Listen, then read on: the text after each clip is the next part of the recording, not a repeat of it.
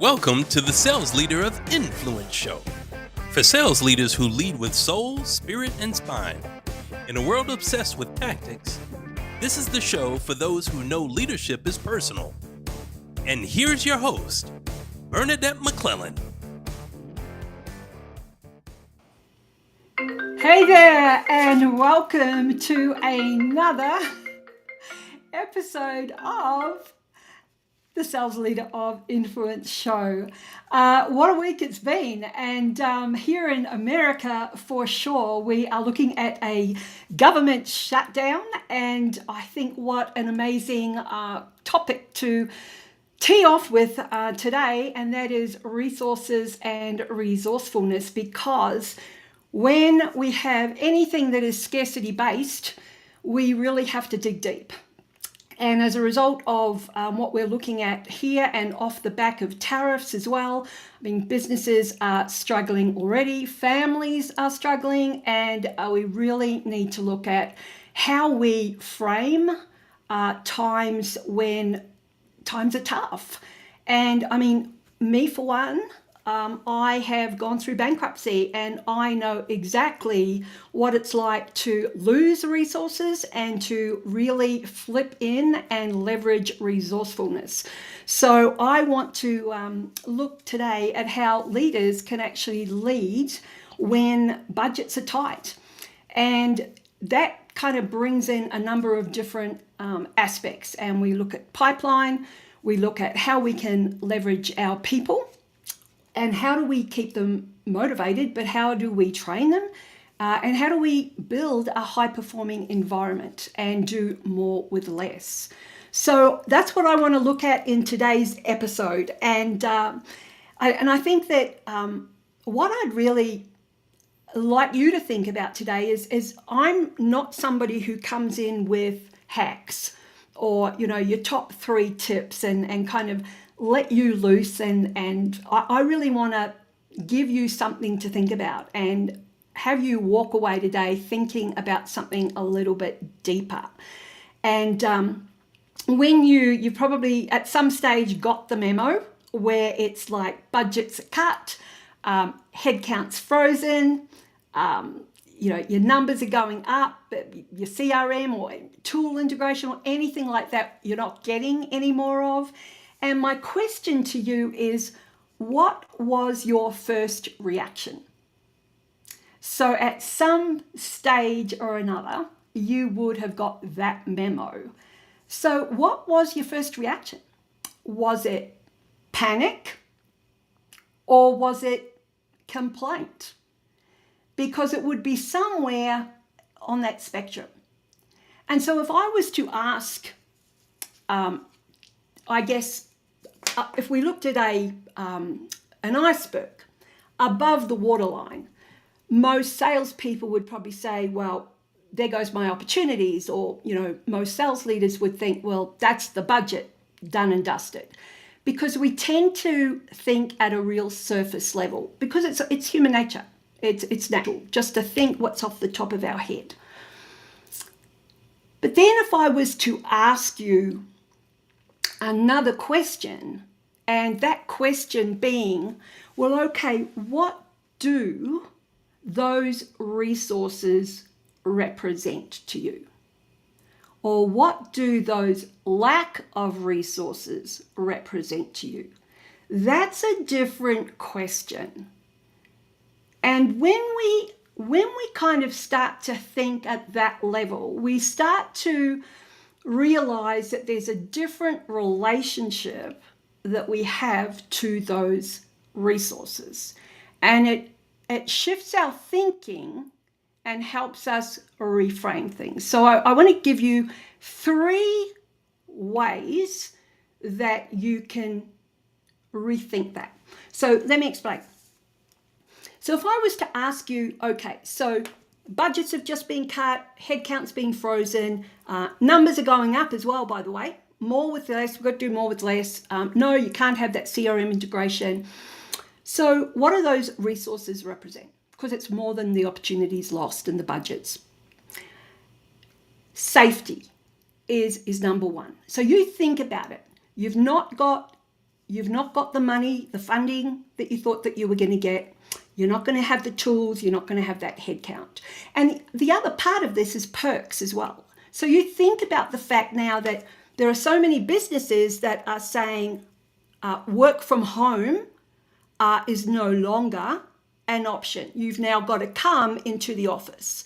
So that was kind of a perk, even though it was great productivity. So this is now representing this whole, am I safe? Like they're cutting all of this, am I safe? So for some, this is now impacting the nervous system. And I spoke about that on last week's episode. And so this is like, am I going to keep my job? And so from a fear perspective as a leader, this could also represent, is there going to be some form of exposure? Am I going to be exposed now that I have lost these resources? So that's one point, is it's no longer more than just, okay, opportunities are going to be lost and commissions are going to be lost, and it's now my safety. The second part of this, for some, is going to be status. So some leaders are going to have huge budgets, or they're going to have tech that's, like really fancy, maybe tools. They're going to have larger headcount. Now maybe maybe there is cost cutting that's going to happen. Maybe they've got to lose staff. Maybe they no longer have that VIP car park. Maybe the perks, we've got two lots of perks here. One is the work from home, the safety-based one. The other is the status-based perk. Maybe now the President's Club is being taken away from them. So now we're looking at a totally different representation of what these resources represent. So now we're looking at, it's an ego marker. So maybe the loss of resources now represents some form of power or some form of credibility. So identity comes into it now. So if we're thinking now, okay, my identity is like, how do I save face? Maybe this is the fear of this. So we've now got two. We've got the safety component, and now we've got the status component. Now, what about those leaders who perhaps take shortcuts as a result of, let's think about it, those leaders who maybe don't do prospecting. So they buy a list. And so now there's no funding for a list. And so now they're like, oh, I don't do prospecting. And I don't do prospecting. My team don't do prospecting. We buy lists. Like, we take shortcuts. Or it's the sales leader that always brings in a sales consultant or a sales trainer or, somebody external, and now there's no funding, and now they've got to do it themselves. Well, I don't know where to start. I don't do sales training. I've got no idea how to train my team. Or it's a leader perhaps that has always given incentives or spiffs, or now they've got to create this morale and they have no idea. And therefore, they're kind of like the emperor with no clothes. They're now feeling naked, and it's like they have to now start to tap into creativity or maybe resilience. And so all of a sudden, they're feeling like they are not enough. And so these are three angles, I guess, where leaders, so we're looking safety and status and those that take shortcuts. So these are three angles where a lack of resources can impact a leader over and above just the normal, well, geez, this is an inconvenience. This is absolutely annoying me. This is, I'm panicking. And this is the deeper reasons why. So we're talking here at a human needs level. So if you think of, the human needs that need to be met, we all have these needs for certainty and variety and significance, whether it's, resourceful or unresourceful, but we all have these human needs. And so when resources are taken away from us, whether it's through budget cuts or headcount freezes or just the numbers being, increased or whatever it is, this is how it's impacting us. And so what we do when we're under pressure, we will always revert to what is familiar to us.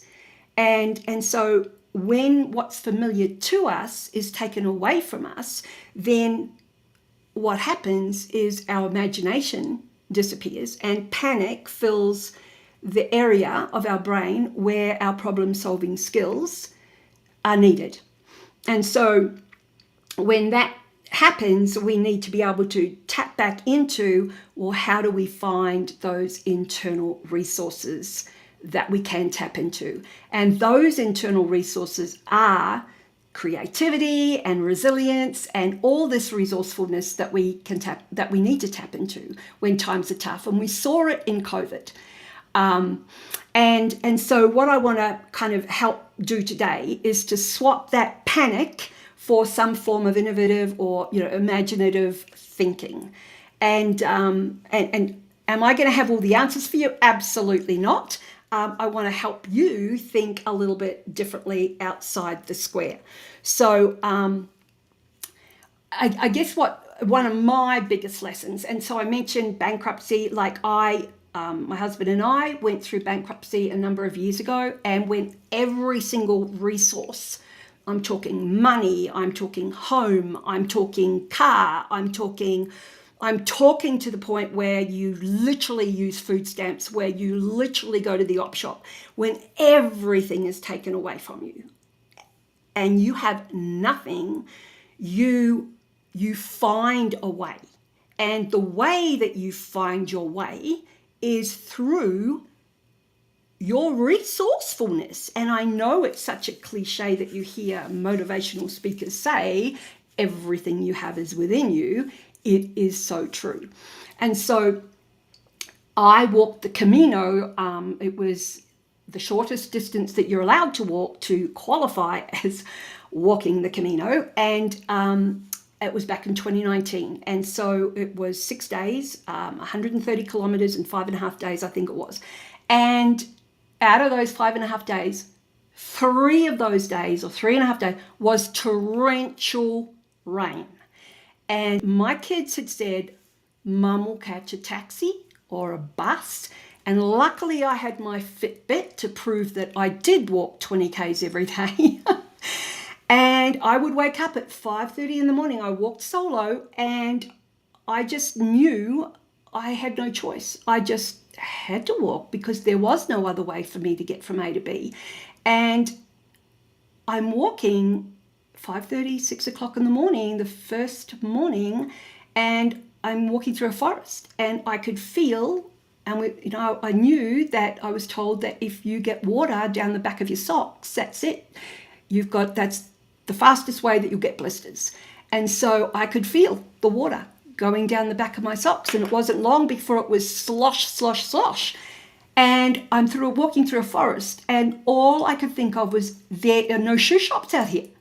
And my thinking went to my father, and it was like, what would Dad do? Because he was one of 13 kids and they didn't have a lot of money. And so I remember Dad saying, when they were kids, in the winter, they used to put newspaper in the bottom of their shoes. And so I'm walking through the forest and coming out of the forest, and there were, spatterings of little houses, and on their big gates there were these long blue plastic bags. And what are these long blue plastic bags? And then it clicked with me that in Spain, they have long loaves of bread. And so they were the bread bags. So I get to this clearing where there's like this little diamond-shaped village, and it was about 9 o'clock, and there was this little cafe and these little Spanish men with their little espressos, and I've walked in, and in broken English, I managed to get some newspaper and some long blue plastic bags.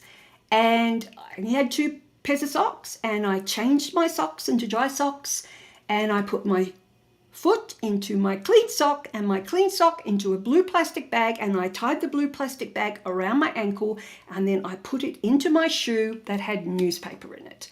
And for the remainder of those 3 days, I walked with those blue plastic bags, and I was known as the blue plastic bag pilgrim. And so where I'm going with this is that I had no resources. I had no shoes except those wet ones. And so that was my creativity in action in another country, in another part of the world.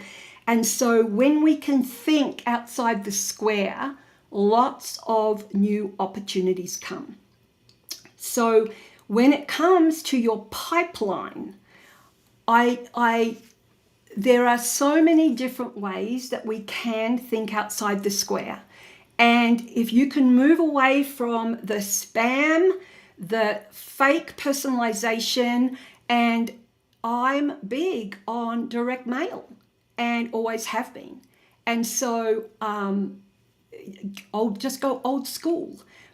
But the other part of it is if you look at what is already in front of you and think, okay, low cost, highest ROI, be really, really surgical, and look at your lost deals, the ones that never replied, those ones that are in your CRM, in your pipeline, even if you, and I want you to write this down. So if you're driving, don't. But there is a question that I do want you to write down, and that is to go back to either one of a client that you haven't spoken to for a long time. Maybe it is a lapsed client or one of your current clients, and book in a 30-minute call and only ask this question. So just one question. And that question is, what is the greatest pain or what is the future challenge? Okay, so the greatest pain or the future challenge that we are not currently helping you with. So what is the greatest pain or the future challenge that we are currently not helping you solve? And so that is a great question to kickstart. So see how you go with that. But that's just kind of a question that you do. But outside of that, what I do is what few people do. But I'm hearing that it's starting to take off because it's so different.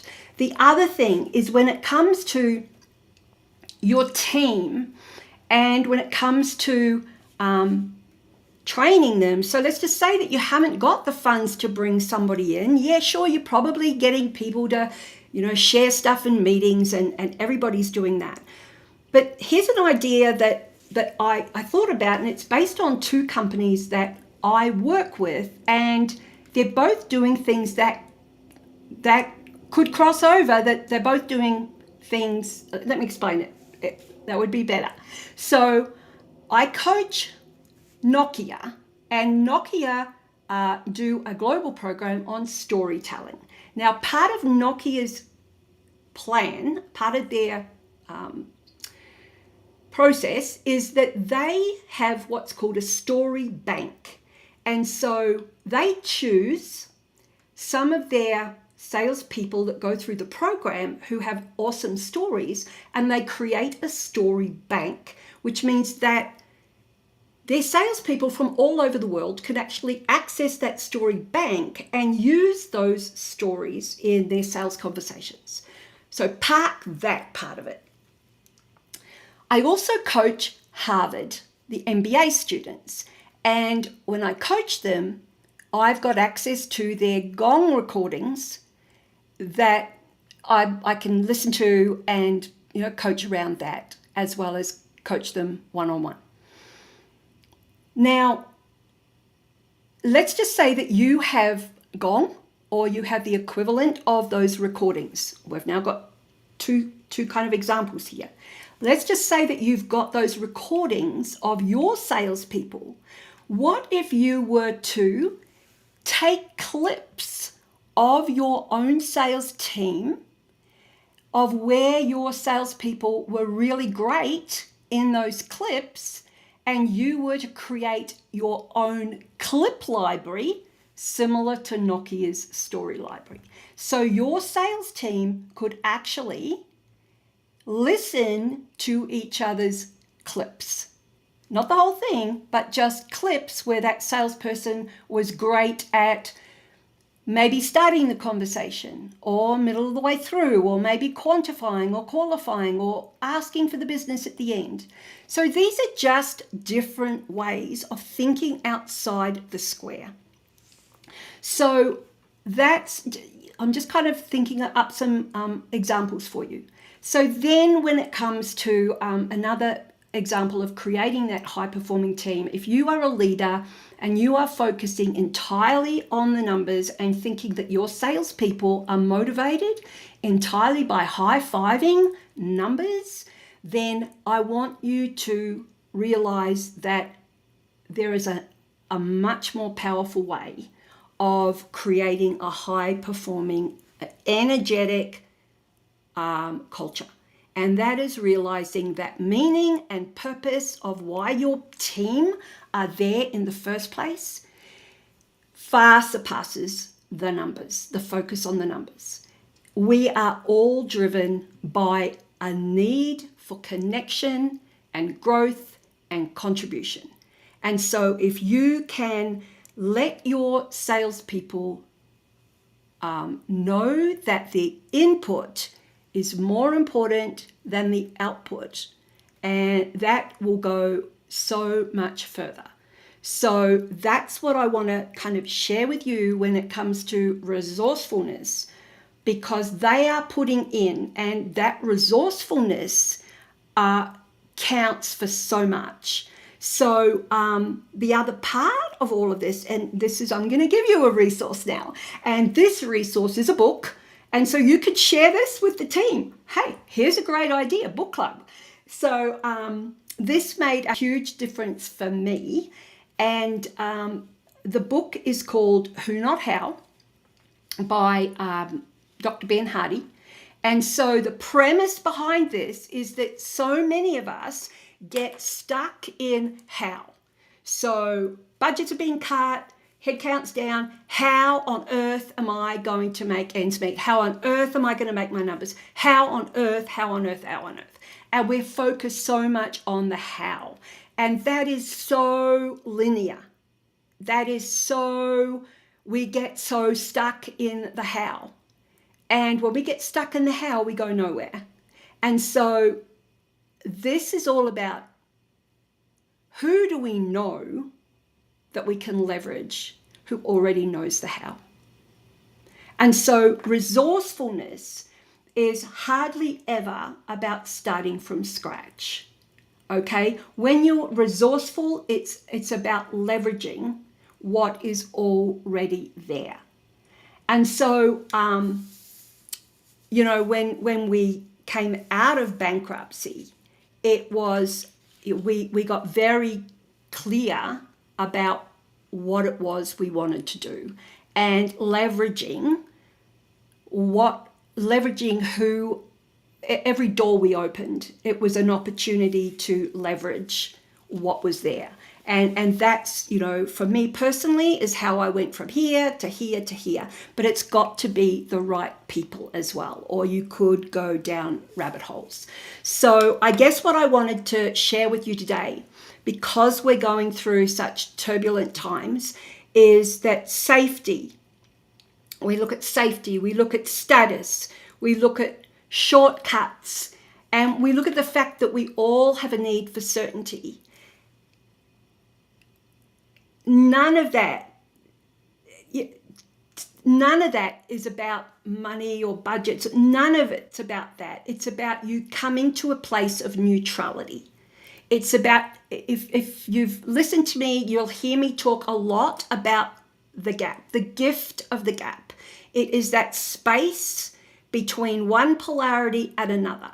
So if you are coming from a place of abundance, which is what you had with all your resources, and you are moving now to a place of scarcity where you have no resources, or what you have had have been cut, you are in this, you can either go straight to scarcity and panic, or you can be in this place of the gift of the gap or neutrality, and you want to be in that neutral place because that gives you options. And when you're in that place of neutrality, that is where you learn to have faith that there is an opportunity somewhere for you. And when you're in that place, that's where you'll find the opening. That is where you will find your answer. But you need to come from the place of believing that. And of course, if all you're doing is needing and wanting and getting, you will never find it. So I wanted to leave you with that. If you want to find out a little bit more about the Sales Leader of Influence program, or you perhaps yourself want to find out a little bit more about yourself, or where you can get more clarity, or where your clarity as a leader is strong, where it might be slipping, or where there might be a lack of clarity completely in your role as a sales leader, I'm going to get Jason to put up on the screen a scorecard where you can go and just have fun, a little bit of fun there, revenueenrollclarity.com/scorecard. And it's a revenue reliability, 20 questions, and it'll lead you and give you an update on where you are across 5 categories. And it's based on all my work over the past 10, 12 years with sales leaders just like you. So on that note, in this interesting week that we are in, especially here in America, I want you to continue to lead with soul, with spirit, and with spine. So on that note, we will see you here this time next week. Have a wonderful week, and we'll see you soon. Bye for now. Don't forget to like, comment, and subscribe. Thanks for watching the Sales Leader of Influence show with your host, Bernadette McClelland. See you next Wednesday live at 5 o'clock Eastern.